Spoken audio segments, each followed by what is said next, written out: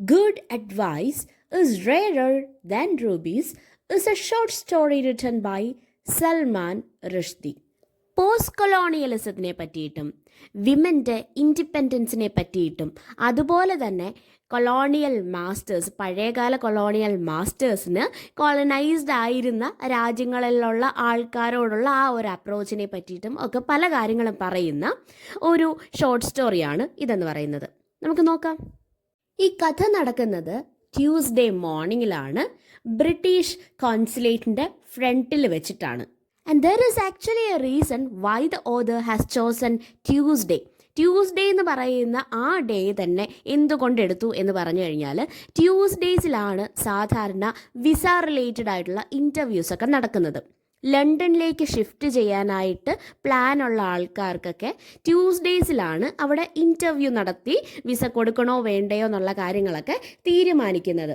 Usually ഭർത്താക്കന്മാർക്കൊക്കെ ആയിരിക്കും ലണ്ടനിലൊക്കെ ജോലി. അപ്പം കല്യാണം കഴിക്കാൻ പോകുന്ന സ്ത്രീകളാണെങ്കിലും കല്യാണം ഓൾറെഡി കഴിഞ്ഞ വൈഫ്സ് ആണെങ്കിലും ഇവരെല്ലാവരും ഒരു വിസയ്ക്ക് വേണ്ടിയിട്ടുള്ള ഇൻ്റർവ്യൂ അറ്റൻഡ് ചെയ്യുന്നത് ഈ ട്യൂസ്ഡേയ്സിലാണ്.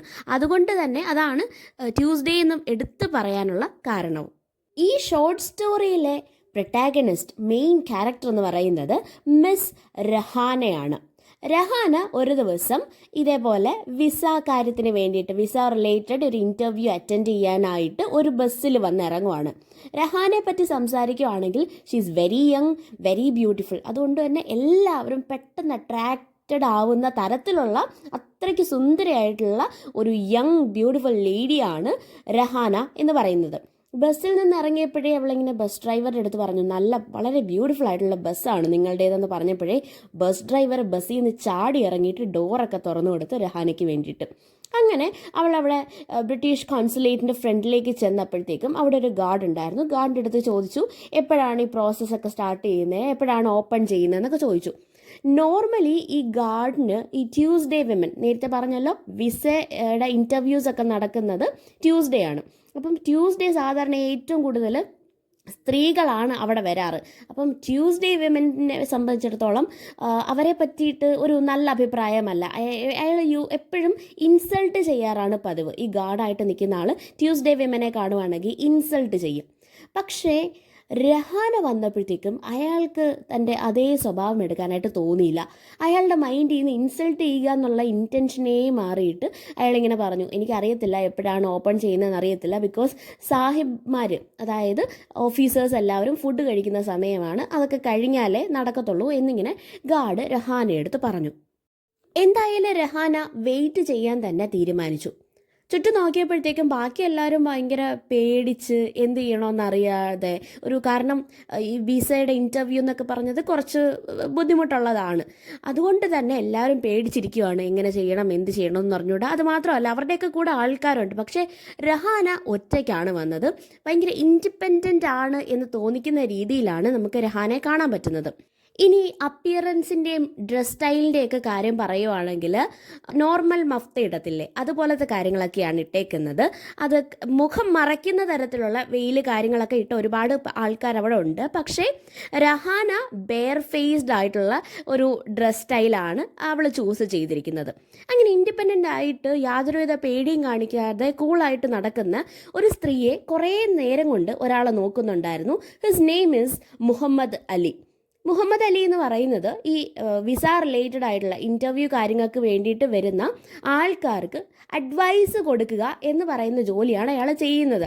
അഡ്വൈസ് ഫ്രീ ആയിട്ടൊന്നും അല്ല കൊടുക്കുന്നത്, ഒരു ചെറിയ എമൗണ്ട് മുഹമ്മദ് അലിക്ക് കൊടുക്കുകയും വേണം. ഇതായിരുന്നു അയാളുടെ ജോലി എന്ന് പറയുന്നത്. അങ്ങനെ മുഹമ്മദ് അലി ഈ മിസ് രഹാനയുടെ അടുത്തേക്ക് ചെന്നിട്ട് ചോദിക്കുന്നുണ്ട്, വിസയുടെ കാര്യത്തിന് വന്നിയായിരിക്കുമല്ലേ എന്നൊക്കെ ചോദിച്ച് കഴിഞ്ഞപ്പോഴത്തേക്ക് രഹാന ഇങ്ങനെ പരിചയപ്പെടുത്തി. ഈ മുഹമ്മദ് അലി ആളിച്ചിരി വശപ്പശകായിരുന്നു. ശരിക്കും അയാൾ എന്താ ചെയ്യുന്നതെന്ന് വെച്ചാൽ, ഈ പേടിച്ച് വിറച്ചിരിക്കുന്ന കുറച്ച് വ്യക്തികളില്ലേ, എസ്പെഷ്യലി അവിടെ കുറേ സ്ത്രീകളുണ്ടെന്ന് പറഞ്ഞില്ലേ, ഈ സ്ത്രീകളുടെ പേടിയായിരുന്നു ഇയാൾ മുതലെടുത്തോണ്ടിരുന്നത്. അവർക്ക് അഡ്വൈസ് കൊടുക്കാമെന്ന് പറഞ്ഞിട്ട് അവരുടെ കയ്യിൽ നിന്ന് ഒരു എമൗണ്ട് വാങ്ങിച്ചിട്ട് ഒരു യൂസും ഇല്ലാത്ത തരത്തിലുള്ള അഡ്വൈസ് ആയിരുന്നു അവർക്ക് കൊടുത്തുകൊണ്ടിരുന്നത്. മുഹമ്മദ് അലി പറയുന്നത്, ഞാൻ കുറേ വർഷമായിട്ട് ഇവിടെ തന്നെ ഉണ്ട്, ഞാൻ ഒരുപാട് എക്സ്പീരിയൻസ് ഉണ്ട്, ആ എക്സ്പീരിയൻസ് വെച്ചിട്ടാണ് ഞാൻ സംസാരിക്കുന്നത് എന്നൊക്കെ പറഞ്ഞിട്ടാണ് ഇവരുടെ ഈ അവസ്ഥയെ അയാൾ മുതലെടുക്കുന്നത്.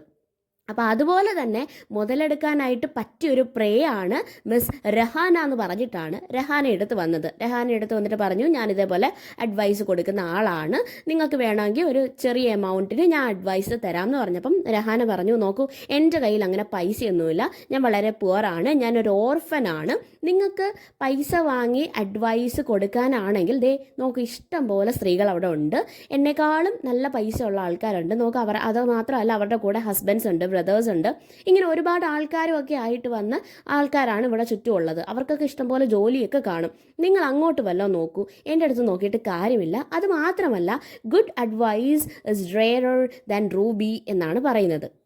അതുകൊണ്ട് തന്നെ നിങ്ങൾ തരുന്നത് ഗുഡ് അഡ്വൈസ് ആണെന്നൊന്നും ഞാൻ പറയുന്നില്ല, അല്ലെന്ന് ഞാൻ പറയുന്നില്ല, ബട്ട് സ്റ്റിൽ ഗുഡ് അഡ്വൈസ് എന്ന് പറയുന്നത് വളരെ റെയറായിട്ട് മാത്രം കിട്ടുന്ന സാധനമാണ്, അതിനങ്ങനെ പൈസ കൊടുത്ത് വാങ്ങിക്കുക എന്ന് പറയുന്നത് എൻ്റെ കോൺസെപ്റ്റും അല്ല എന്ന് തുറന്നു തന്നെ രഹാന പറഞ്ഞു. നോർമലി വിസ ഇൻ്റർവ്യൂവിന് പേടിച്ച് നിൽക്കുന്ന സ്ത്രീകളിൽ നിന്നും വരുന്ന ഒരു റിപ്ലൈ അല്ല മിസ് രഹാനയുടെ കയ്യിൽ നിന്നും അയാൾക്ക് കിട്ടിയത്. അത് കേട്ടപ്പോഴത്തേക്ക് അയാൾ ഇങ്ങനെ ഷോക്ക്ഡ് ആയിപ്പോയി, ഓൾസോ അയാൾ ഇംപ്രസ്ഡ് ആയി. അങ്ങനെ പറഞ്ഞു, ഓക്കെ എന്തായാലും ഞാൻ അതേപോലെ എമൗണ്ട് വാങ്ങിച്ചിട്ട് നിനക്ക് അഡ്വൈസ് തരുന്നില്ല, പകരം എനിക്ക് നിങ്ങളെ നന്നായിട്ട് ഇഷ്ടപ്പെട്ടു, നിങ്ങൾ കൊള്ളാം, അതുകൊണ്ട് ഞാൻ നിങ്ങൾക്ക് ഫ്രീ ആയിട്ട് കുറച്ച് അഡ്വൈസ് തരാമെന്ന് പറഞ്ഞു. അത് കേട്ടപ്പോൾ രഹാന പറഞ്ഞു, ഓക്കെ ഫ്രീ ആയിട്ടുള്ള അഡ്വൈസ് ആണെങ്കിൽ അതൊരു ബ്ലെസ്സിങ് പോലെയാണ്, നിങ്ങൾ പറഞ്ഞോളൂ, കുഴപ്പമില്ലെന്ന് പറഞ്ഞു. അപ്പം രഹാന എടുത്ത് അയാൾ പറഞ്ഞു, ഈ വിസ ഇൻ്റർവ്യൂ പ്രോസസ്സ് എന്ന് പറയുന്നത് ഭയങ്കര ഡിഫിക്കൾട്ടായിട്ടുള്ളൊരു പ്രോസസ്സാണ്, അതിലൂടെ ഗോ ത്രൂ ചെയ്യുന്നത് ഭയങ്കര പാടാണ്, ഭയങ്കര ടാസ്ക്കാണത്. അവർ വളരെ പേഴ്സണൽ ആയിട്ടുള്ള ക്വസ്റ്റ്യൻസ് ആയിരിക്കും നിങ്ങളുടെ അടുത്ത് ചോദിക്കുന്നത്, നിങ്ങളുടെ അടുത്ത് വളരെ മോശമായിട്ടുള്ള തരത്തിലായിരിക്കും അവർ പെരുമാറുന്നത് എന്നൊക്കെ പറഞ്ഞു. എന്ന് വെച്ചാൽ ഇവിടെ കാണിക്കുന്നതെന്ന് പറഞ്ഞാൽ കൊളോണിയൽ വേൾഡിൽ അവരായിരുന്നു, അല്ലെങ്കിൽ ബ്രിട്ടീഷേഴ്സൊക്കെ ആയിരുന്നു മാസ്റ്റേഴ്സ് എന്ന് പറയുന്നത്. അവർ എല്ലാം ഉപേക്ഷിച്ച് പോയപ്പോഴത്തേക്കും ആ സമയത്ത് പോലും അവരുടെ മൈൻഡിൽ ബാക്കിയുള്ള കോളനീസ് എന്ന് പറയുന്നത് സ്ലേവ്സ് ആയിരുന്നു. ഇപ്പോഴും ആ ആറ്റിറ്റ്യൂഡ് തന്നെയാണ് അവർ വെച്ച് പുലർത്തുന്നത്. അവരുടെ നാടായിട്ടുള്ള ലണ്ടനിലേക്ക് ഒരു സമയത്ത് കോളനി ആയിരുന്ന നാട്ടിൽ നിന്നുള്ള ആൾക്കാർ ചെല്ലുമ്പം അവരോടുള്ള അതേ ആറ്റിറ്റ്യൂഡ് ആണ് ഈ വിസ ഇൻ്റർവ്യൂവിൽ അവർ റിഫ്ലക്റ്റ് ചെയ്ത് കാണിക്കുന്നത്. ആ ഒരു ആറ്റിറ്റ്യൂഡ് കാണിക്കാനായിട്ടാണ് മുഹമ്മദ് അലി ഈ കാര്യങ്ങളൊക്കെ ഇങ്ങനെ പറഞ്ഞു കൊടുക്കുന്നത്. വളരെ റൂഡായിട്ടായിരിക്കും അവരുടെ പെരുമാറ്റം, നിങ്ങൾക്ക് ഡൈജസ്റ്റ് ചെയ്യാൻ പറ്റുന്ന രീതിയിലുള്ള കാര്യങ്ങളൊന്നും ആയിരിക്കത്തില്ല എന്നൊക്കെ ഇങ്ങനെ രഹാനയ്ക്ക് പറഞ്ഞു കൊടുത്തു. രഹാനയുടെ ഡീറ്റെയിൽസ് ഒക്കെ എടുത്തെഴുതാനായിട്ട് മുഹമ്മദ് അലി രഹാനയുടെ ചോദിച്ചു, പേരെന്താണ്? അപ്പോൾ രഹാന പറയുന്നുണ്ട്, miss Rahana, fiancee of Mustafa Dar, London. ഇതാണ് രഹാന പറയുന്ന പേര്, അഡ്രസ്സ്, കാര്യങ്ങളൊക്കെ. രഹാനയുടെ ഐഡൻറ്റിറ്റി നേരത്തെ പറഞ്ഞായിരുന്നു. ഒന്നാമത്തെ കാര്യം, അഡ്രസ്സ് ചോദിക്കുമ്പം രഹാന ഒരു ഓർഫനാണ്. അപ്പം അവൾക്കുള്ള ഒരേ ഒരു കാര്യം പറയാനായിട്ടുള്ള ഒരേ ഒരു കാര്യം എന്ന് പറയുന്നത് ഫിയാൻസയുടെ പേരാണ്. അപ്പം ലണ്ടനിലുള്ളത് ഫിയാൻസയാണ്. അയാളുടെ അടുത്ത് താമസിക്കാൻ വേണ്ടിയിട്ട്, അല്ലെങ്കിൽ അയാളുടെ അടുത്തേക്ക് പോകാൻ വേണ്ടിയിട്ടുള്ള വിസയ്ക്കൊക്കെ അപ്ലൈ ചെയ്യാൻ വേണ്ടിയിട്ടാണ് രഹാന അവിടെ വന്നത്. മുഹമ്മദ് അലി ഇതിൻ്റെ കൂട്ടത്തിൽ രഹാനയുടെ അടുത്ത് പറയുന്നുണ്ട്, നിങ്ങളുടെ അടുത്ത് ചിലപ്പോൾ ചോദിക്കും, നിങ്ങളുടെ ഫിയാൻസിയുടെ അമ്മയുടെ, ചേച്ചിയുടെ, ഇയാളുടെ എന്ന് പറഞ്ഞിട്ട് കുറേ റിലേഷൻഷിപ്പ് ഇങ്ങനെ തന്നിട്ട് അതിനകത്തുള്ള ഇന്ന ആളുടെ മോളുടെ രണ്ടാമത്തെ പേര് എന്തുവാണെന്ന് ചിലപ്പോൾ നിങ്ങളുടെ അടുത്ത് ചോദിച്ചെന്നിരിക്കാം.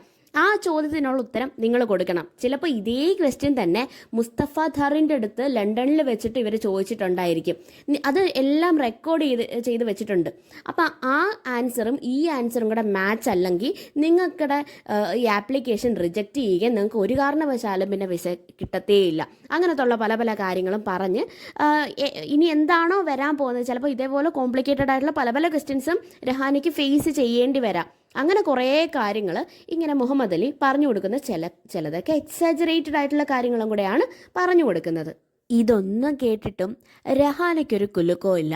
കുറച്ച് കഴിഞ്ഞപ്പോഴത്തേക്കും മുഹമ്മദ് അലി ഉള്ളിലുള്ള കാര്യമൊക്കെ പുറത്തോട്ട് പറഞ്ഞു, വേണമെങ്കിൽ എൻ്റെ ഒരു ഫ്രണ്ട് വഴി നമുക്ക് വേറൊരു പരിപാടി നടത്താം. എന്താണെന്ന് വെച്ചാൽ അയാളുടെ കയ്യിലൊരു ഡോക്യുമെൻ്റ് ഉണ്ട്.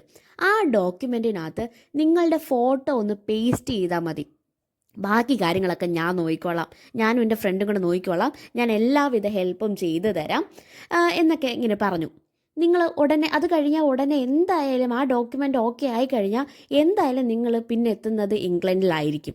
ഇത് പറഞ്ഞപ്പോഴത്തേക്ക് രഹാൻ അതിന് ചോദിച്ചു, ഏതാണ് ആ ഡോക്യുമെൻ്റ്? മുഹമ്മദ് അലി ഉടനെ പറയുന്ന മറുപടി എന്താണെന്ന് വെച്ചാൽ പാസ്പോർട്ട് എന്നാണ്. ഇംഗ്ലണ്ടിലേക്ക് പോകാനായിട്ടുള്ള പാസ്പോർട്ടിനകത്തുള്ള കറക്റ്റ് സീലൊക്കെ അടിച്ചു കൊടുക്കാം, എല്ലാം ശരിയാക്കി തരാം എന്ന് പറഞ്ഞപ്പോഴത്തേക്കും രഹാന തിരിച്ചു ചോദിക്കുവാണ്, അപ്പം ഞാൻ ഒന്നും കൂടെ നിങ്ങൾ പറയുന്ന ഒന്നും കൂടെ ഞാൻ ഒന്ന് മനസ്സിലായിക്കോട്ടെ, നിങ്ങൾ എന്താ ഉദ്ദേശിക്കുന്നത്?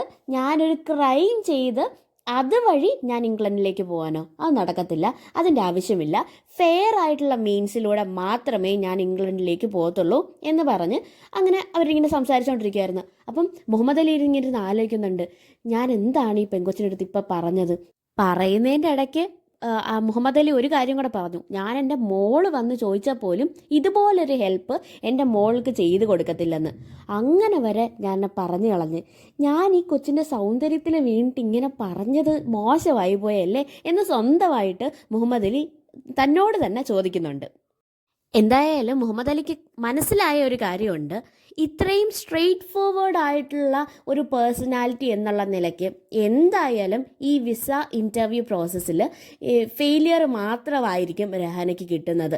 അല്ലാതെ ചോദിക്കുന്ന ചോദ്യങ്ങൾക്ക് കറക്റ്റായിട്ട് ഇതേപോലത്തുള്ള ഉത്തരങ്ങളാണ് കൊടുക്കുന്നതെങ്കിൽ ഒരു കാരണവശാലും അവർക്ക് വിസ കിട്ടാൻ പോകുന്നില്ല എന്ന് ഉറപ്പിച്ച് തന്നെ ഇരിക്കുകയാണ്.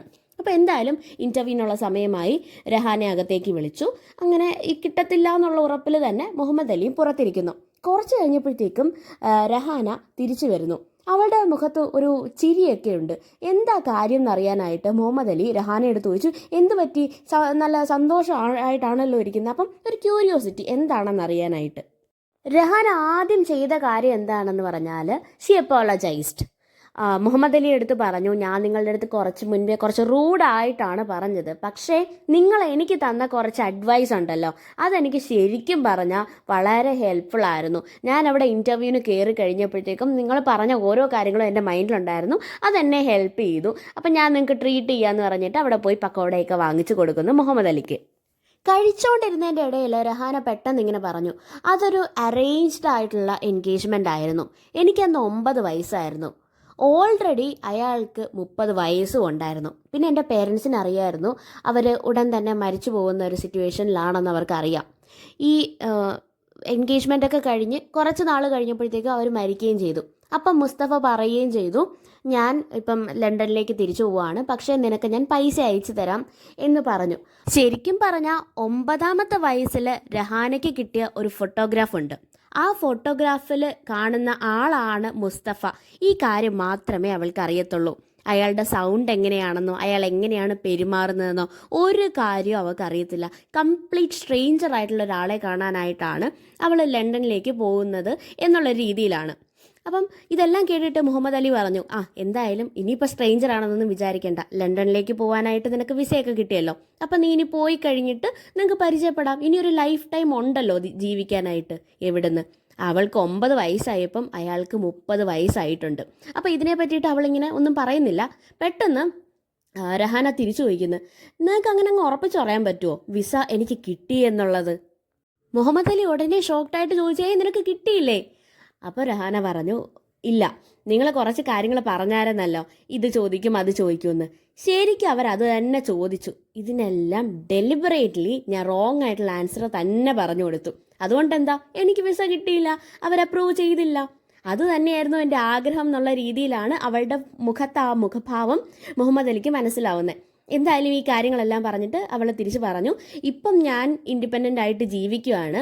ഒരു വീട്ടിൽ ആയയായിട്ടാണ് ഞാൻ വർക്ക് ചെയ്യുന്നത്. അവിടെ 3 നല്ല സ്വഭാവമുള്ള 3 മക്കളുണ്ട്, ആൺകുട്ടികളുണ്ട്. അവർ ചിലപ്പോൾ എന്നെ കണ്ടില്ല, അല്ലെങ്കിൽ എനിക്ക് അവിടുന്ന് പോവേണ്ടി വരും എന്നുണ്ടെങ്കിൽ അവർക്ക് ഭയങ്കര സങ്കടമായി പോകും. അതൊന്നും കാണാനായിട്ട് എനിക്ക് വയ്യ.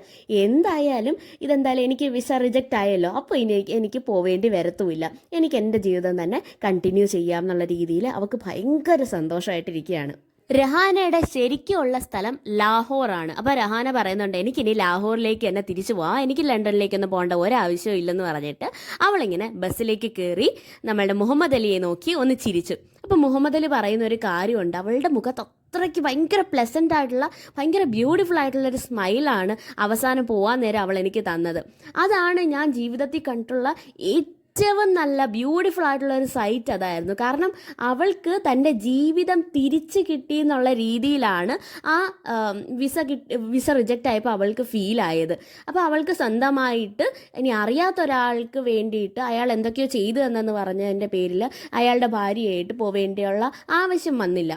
എന്തായാലും അവൾക്ക് സ്വന്തമായിട്ട് എങ്ങനെയാണോ ജീവിക്കാൻ താല്പര്യം അതുപോലെ ജീവിക്കാൻ പറ്റുന്നല്ലോ എന്ന് ആലോചിച്ച് അവളുടെ ഒരു മനസ്സ് അത് അല്ലെങ്കിൽ അവളുടെ ഒരു സന്തോഷത്തിനെ പറ്റിയിട്ട് ആലോചിച്ച് മുഹമ്മദ് അലി ഭയങ്കരമായിട്ടുള്ള ആ ഒരു ഹാപ്പിനെസ് അയാളുടെ മൈൻഡിലും സൽമാൻ റുഷ്ദിയുടെ ഷോർട്ട് സ്റ്റോറിയിൽ പറയുന്നത്. Thank you.